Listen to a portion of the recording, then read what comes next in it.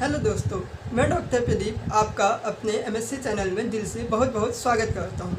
Friends, आज हम बात करेंगे साइटिका पेन के बारे में। फ्रेंड्स, हमको मालूम है साइटिका पेन, जिसे हम सियाटिका पेन भी कहते हैं, यह साइटिका का पेन हमारे कमर के पिछले हिस्से में नीचे से होते हुए एक पाँव में या फिर दोनों पैरों में यह दर्द नीचे की तरफ को जाता है और इसके साथ में हमारे पैरों में झंझनाहट भी होती है। तो फ्रेंड्स, साइटिका पेन क्यों होता है, किस प्रकार से होता है, आज हम इसी टॉपिक पे बात करेंगे। फ्रेंड्स, साइटिका वास्तव में एक तंत्र का नाम है जो हमारी रीढ़ की हड्डी, जिसे हम स्पाइनल कॉर्ड कहते हैं, उसके निचले हिस्से से निकलती है। फ्रेंड्स, इसको मैं आसानी से समझाने के लिए एक डॉल का इस्तेमाल करूँगा, तो आप आसानी से समझ जाएंगे कि साइटिका नर्व किस प्रकार से हमारे स्पाइनल कॉर्ड से निकलती है और कहाँ कहाँ पे इसका पेन हो सकता है। फ्रेंड्स, ये डॉल है। अब इसके हम पीछे जाएंगे रीढ़ की हड्डी में, तो रीढ़ की हड्डी कहाँ पे होती है, यहाँ पे, यहाँ से लेकर नीचे को। और ये है रीढ़ की हड्डी जो होती है छोटे छोटे वर्टेब्रास से मिलकर बनती है, छोटी छोटी हड्डियों से मिलकर बनती है, ये हम सभी को मालूम है। तो फ्रेंड्स, जैसा कि मैंने कहा, साइटिका नर्व हमारी रीढ़ की हड्डी के निचले हिस्से से निकलते हुए दोनों पाँव में इसकी सप्लाई होती है। अर्थात ये साइटिका नर्व, इसकी एक ब्रांच एक पाँव में जाती है और दूसरी ब्रांच ठीक ऐसे ही दूसरे पाँव में नीचे की तरफ को जाती है। अब स्पाइनल कॉर्ड के निचले हिस्से से ये देखिए, ये एक ब्रांच साइटिका नर्व की, जिसको हम साइटिका तंत्र भी कहते हैं हिंदी में, तो यहाँ से ये ब्रांच हमारे घुटने में पीछे की तरफ को यहाँ तक आती है। इसके बाद यहाँ दूसरे नर्व्स से मिलकर इसकी सप्लाई नीचे पैरों में नीचे की तरफ को होती है और यहाँ से यह अंगूठे की तरफ को, ये अंगूठे की तरफ को इसकी सप्लाई होती है। अब साइटिका पेन में क्या होता है कि जब इस साइटिका नर्व में किसी भी प्रकार की कोई हानि पहुँचे या कहीं भी इस हानि पहुँचे, विशेष कर यहीं पे ज़्यादातर नुकसान होता है साइटिका नर्व में। यहाँ पे अगर साइटिका नर्व में कोई चोट पहुँचती है या इसमें किसी प्रकार का दबाव पड़ता है, तो हमें साइटिका का दर्द होता है, जिसे हम साइटिका पेन कहते हैं। जो यह दर्द यहाँ से होते हुए निचले, ये नितंबों से होते हुए निचले पाँव में यहाँ तक दिखाई देगा। यह साइटिका पेन जो होता है यहाँ तक होगा और अगर ये एडवांस स्थिति में है तो यहाँ से यह नीचे की ओर खिसकता हुआ पैर के अंगूठे की तरफ को इसका दर्द बढ़ता है। इस साइटिका पेन के साथ साथ में दर्द किस प्रकार का होता है, मैं समझा दूँ आपको। यह दर्द एक तो जलन वाला दर्द आपको हो सकता है अगर आपकी साइटिका नर्व में कोई हानि है, कोई चोट है या इसकी कोई नस दब रही है रीढ़ की हड्डी के बीच में किन्हीं कारणों से किसी भी प्रकार का दबाव अगर साइटिका नर्व्स में पड़ रहा है, तो यह पेन ऊपर से नीचे को होते हुए नीचे की तरफ को जाएगा। यह दर्द जलन वाला होगा, बर्निंग पेन होगा और इसके साथ ही पैरों में झंझनाहट हो सकती है। पैरों की उंगलियां, अंगूठों में झुंझुनाहट हो सकती है, सुन्नपन हो सकता है इस दर्द के साथ में। और यह दर्द कभी कभी इलेक्ट्रिक करंट जैसा भी होता है, इलेक्ट्रिक करंट जैसे बिजली का झटका लगता है, जो कि ज़्यादातर चलने में उठने और बैठने में यह पेन दिखाई देता है, इलेक्ट्रिक करंट टाइप का पेन। और चलने से, उठने बैठने से यह पेन बद से बदतर हो सकता है।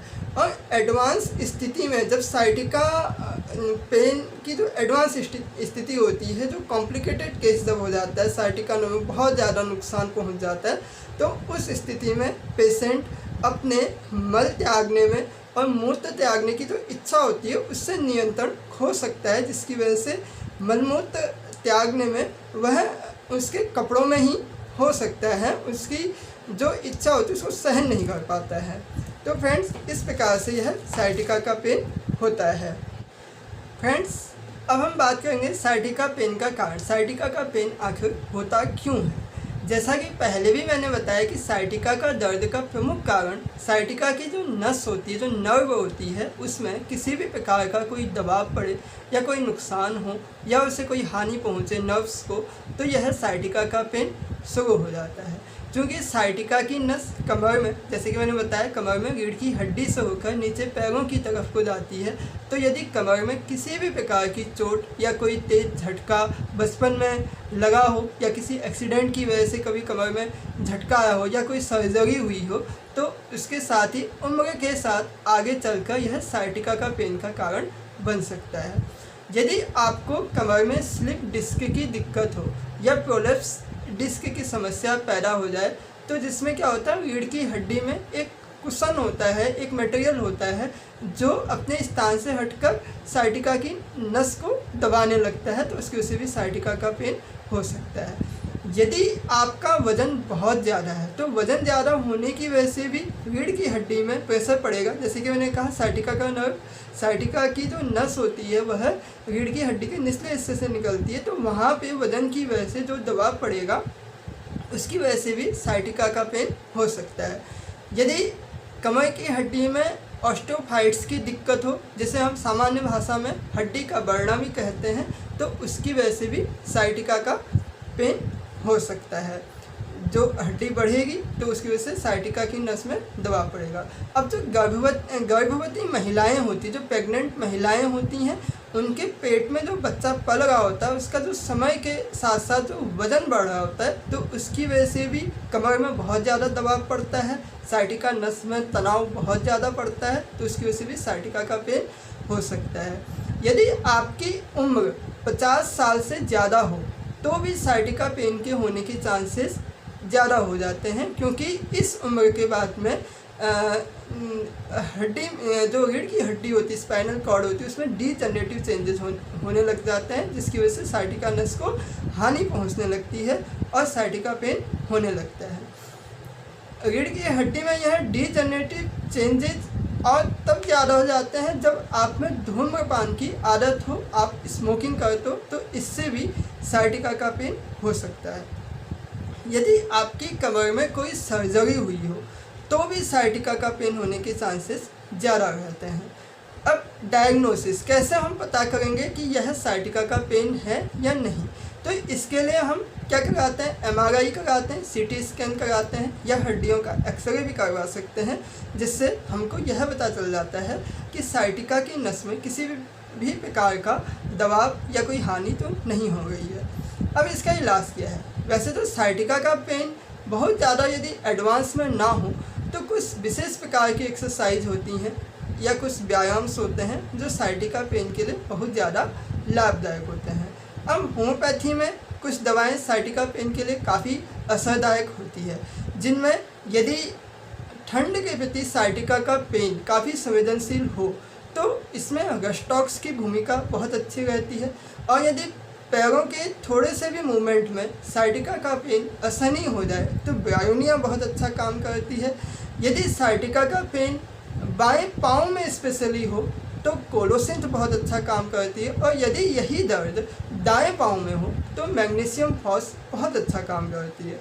और यदि उम्र बढ़ने के साथ साइटिका का पेन हो तो कोनियम मैग, और यदि रीढ़ की हड्डी में कोई समस्या से हड्डी बढ़ने की वजह से या ऑस्टियोफाइट्स की वजह से साइटिका का पेन हो तो कैल्केरिया फ्लोर बहुत अच्छा काम करती है। और यदि चोट की वजह से कमर की हड्डी में कोई चोट पहुँचे तो उसकी वजह से साइटिका का पेन हो तो आर्निका और हाइपेरिकम बहुत अच्छा काम करती है। इसके अलावा होम्योपैथिक मेडिसिन जो आपके कॉन्स्टिट्यूशनल से मैच करती है, आपकी आदतों से, स्वभाव से जो होम्योपैथिक मेडिसिन डॉक्टर सेलेक्ट करता है, तो यह आपके साइटिका के पेन को जड़ से ठीक कर सकती है।